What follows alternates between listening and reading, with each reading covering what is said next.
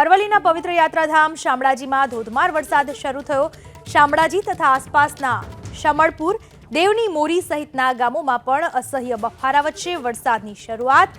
વાવેતર બાદ વરસાદ વરસતા ખેડૂતોમાં ખુશીનો માહોલ છે।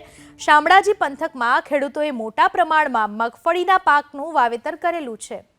શામળાજી ખાતે વરસાદ વરસતા વાતાવરણ આહલાદક બની ચૂક્યું છે। અરવલ્લીની ગિરિમાળાઓ જાણે ખીલી ઉઠી હોય, વનરાજીઓ ખીલી ઉઠી હોય તેવા દ્રશ્યો કેમેરામાં કેદ થયા।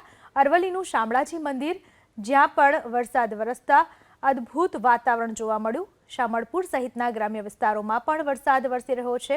વરસાદ વરસતા ખેડૂતો ખુશખુશાલ થઈ ચૂક્યા છે। આ વિશે વધુ માહિતી આપવા આપણી સાથે જોડાઈ ચૂક્યા છે મારા સંવાદદાતા દેવાંગ। દેવાંગ, શામળાજીમાં કેટલો વરસાદ ક્યારથી જોવા મળી રહ્યો છે? જી દેવાંગ, શામળાજીમાં કેવો વરસાદ ક્યારથી જોવા મળી રહ્યો છે? બિલકુલ, વાત કરવામાં આવે તો અરવલ્લી જિલ્લામાં 2 દિવસના વિરામ બાદ ફરી વરસાદનું આગમન થયું છે। ખાસ કરીને યાત્રાધામ શામળાજીમાં હાલ ધોધમાર વરસાદ વરસી રહ્યો છે।